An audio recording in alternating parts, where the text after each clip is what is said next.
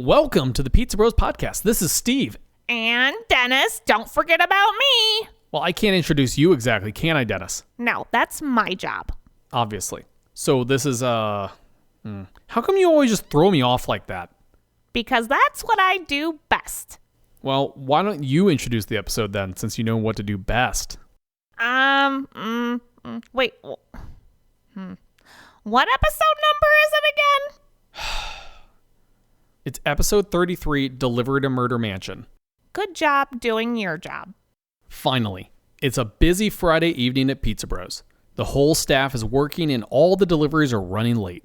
Ed pulls a pizza out of the oven, throws it into a pizza box, and slices it with a pizza cutter. As he does, his index finger gets in the way and he slices it off, spraying blood all over the floor of the store. "Ah, my finger!" screams Ed in pain. All the employees panic at the sight of Ed's detached finger still twitching inside of the pizza box. Ah! Steve runs for the first aid kit, grabs it, and runs back to Ed. He fumbles through the kit, finding only ibuprofen packets and alcohol wipes. "Where are the bandages?" he cries as he searches. Suddenly, Ed starts laughing. "Hey, don't panic. I didn't really cut off my finger. See?"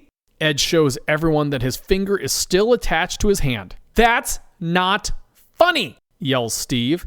"I thought you were seriously injured." Well, looks like someone can't handle a little practical joke," Ed says lazily. He pulls the fake finger out of the pizza box and hands it to Dennis. "That's the last one for this order. You and Steve get those pizzas out of here. The order's already 30 minutes late," Ed reminds them. No thanks to you, mutters Dennis. Dennis and Steve struggle as they carry a total of 60 pizzas out of the store and load them into their waiting cars. "Whew, that's the last bag. You ready to go?" asks Steve as he wipes sweat off of his brow. Yeah, you follow me. I know a shortcut, replies Dennis as he heads to his driver's seat. They both hop in their cars and head down the road to their delivery.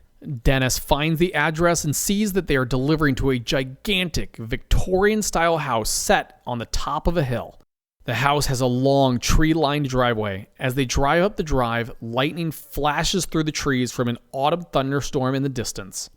Dennis and Steve park in a circular driveway in front of the house and get out of their cars. This house is massive, comments Dennis, unsure if he's impressed or offended by the grandiose nature of the home. "Yeah, it is," replies Steve. Steve looks up at the front door and sees that there is a note taped to it. He hops up the wooden steps to the front porch, grabs the note, and reads it. It says to take everything directly into the kitchen, no need to knock. Steve tells Dennis as he walks back to his car. Then let's get these pizzas unloaded in one trip. I don't want to walk back and forth across the house a bunch of times, gripes Dennis. Steve nods in agreement and the two load 3 pizza bags onto each arm and struggle to walk through the house towards the kitchen. Inside the house, it is completely dark and the house is built like a maze. But they manage to find their way to the kitchen and unload the pizzas from the hot bags. Good thing they paid and tipped us in advance, comments Dennis. I haven't seen a single person since we got here. I know, right? Replies Steve. We need to get back to the store. I'm sure Ed's swamped with deliveries. Steve looks around the kitchen and notices all the ornate decorations around the walls. This gets him turned around and he can't tell which door they came through. He sees one to the right. Is this the way out? How should I know? It's almost pitch black in here. It's kind of creeping me out, replies Dennis. Steve leads them through the swinging door on the right and into a large parlor. He can make out another door in front of him and passes through that as well. Finally, upon passing through a third and final door, Steve looks around and realizes he has no idea where he is. I don't think this is the way out, Steve says to Dennis. Seriously, why is it so dark in here? Where is everyone? Dennis questions loudly. They look around the room. Suddenly, lightning strikes, fully illuminating the room and reveals a man's body on the floor. The body is surrounded by what looks like blood. Ah! Scream Dennis and Steve in fear, who drop the pizza bags they were carrying and grab each other from fright. The light from the lightning subsides and it is once again pitch black in the room. Steve and Dennis remain clutching each other. When they realize what they are doing, they quickly and awkwardly release each other, pretending to be braver than they actually are. After a moment of silence, Steve speaks up meekly. Was that a dead body, or is Ed just playing another practical joke on us? I don't know, but I'm not waiting to find out. Let's get out of here. Replies Dennis with urgency. Dennis grabs the door that is immediately behind him and tries to turn the knob. He turns and jiggles, but it won't budge no matter what he does. The door's stuck. I can't get it open. Cries a panicked Dennis. What? Exclaims Steve in disbelief. Let me try. Move out of the way, he says as he pushes Dennis away from the door. Steve, too, jiggles the handle aggressively, but finds it immovable. The door really is stuck, exclaims Steve. Let's go back to the kitchen and try another way out, Steve suggests. They head back to the door that they previously came through, only to find that the door is now locked too. We're trapped. What do we do? Cries a scared Dennis. We should call 911, offers Steve. They both pull out their cell phones only to find that they have no service. Mine's dead, says Steve. Mine too, adds Dennis. This is the Zap plan all over again, complains Steve. Shh! Don't say that! You know we promised never to speak about it again, says Dennis. Seriously though, we should all consider changing phone service. Steve and Dennis use their phones as flashlights and look around the room for anything that can help them escape. I'm gonna check this dead guy and see if he's really dead, says Dennis as Steve searches around the edges of the room. Dennis finds a fireplace against an exterior wall and grabs a fire poker next to it. Steve continues to search through a built-in bookcase for anything that could give them a clue to escape the room. Dennis takes the poker and pokes the dead man on the floor, making certain to keep as much distance between himself and the body as possible. Yeah, this guy's dead as a doornail, Dennis says aloud. He absent-mindedly throws the poker down on the ground and it hits the body in the head with a dull thud sound. I think I found a light switch, yells Steve with excitement. Dennis turns to walk towards Steve. As he does, Steve presses the button and there's a loud pop sound. Suddenly, without warning, a chandelier falls from the high ceiling of the room and crashes down where Dennis was just standing. What's wrong with you? You could have killed me, accuses Dennis. How was I supposed to know a chandelier would fall with the push of a button? Steve defends himself. I don't know. Maybe because we are clearly in a murder mansion, cries Dennis.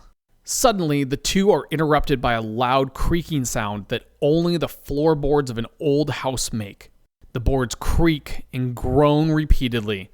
They can see what looks like an otherworldly light coming from under the door. Steve runs to a window near the fireplace and tries to open it. We can get out this window, Steve yells with hope.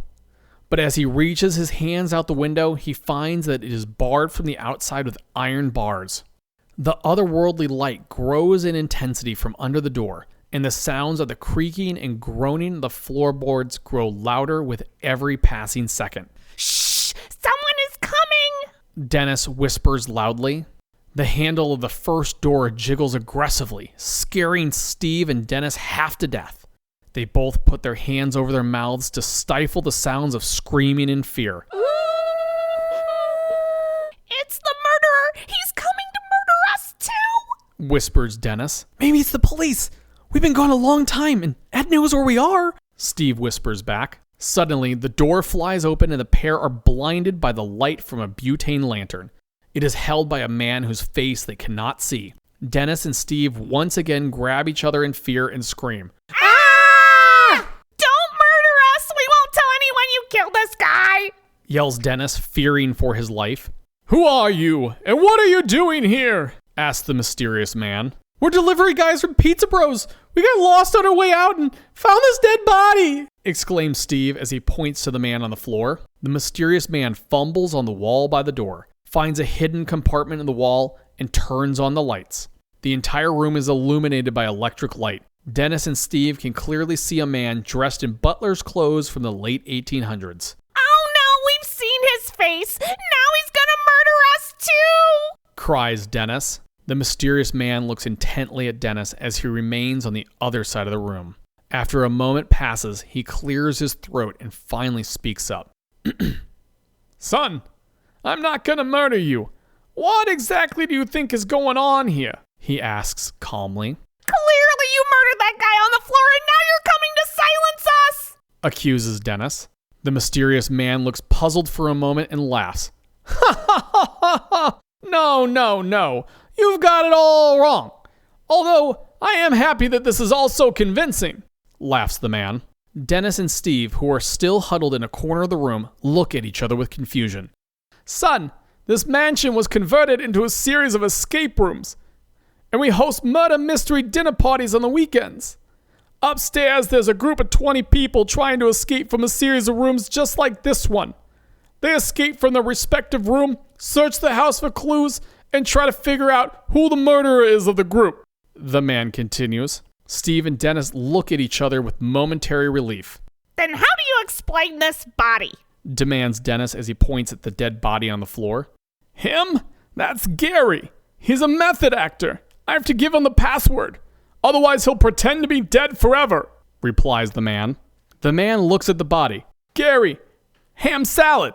Now tell these guys you aren't dead. Gary lets out a loud groan and rises off the floor. Aw, jeez, I'm sorry. I must have fallen asleep this time. Gary rubs his head and winces in pain. Why does my head hurt? The end. Thank you for listening to episode 33 of the Pizza Bros podcast. That is actually the end of volume 3 of our written short story books. So if you'd like to purchase that and the first 2 volumes, please go to therealpizzabros.com for the links. Anything else we want to add to that, Steve? Yeah, don't forget to like, comment, subscribe, share, and tell all your friends across all your social media how funny Pizza Bros is and how much you like it. Because remember, guys, without you, we'd have 0 listeners. Yeah, that's important too. All right, see you later. Goodbye. But not you, Dennis. We have to go fold boxes. No, I want the last word. Okay. See ya. Okay, bye. No, me. No, me. No, me. You go fold boxes right now. You're not my boss. I could be. That's it. You two both go in the back. You're folding 500 pizza boxes. I went large, mediums, and extra larges. We're going to be really busy tonight. Now get in there now. Or else you're both on, I don't know, super, double, quintuple punishment with the write-ups or something. Oh, man, that sounds like a lot of work. Anyways, just go fold boxes. Whatever. See you guys later.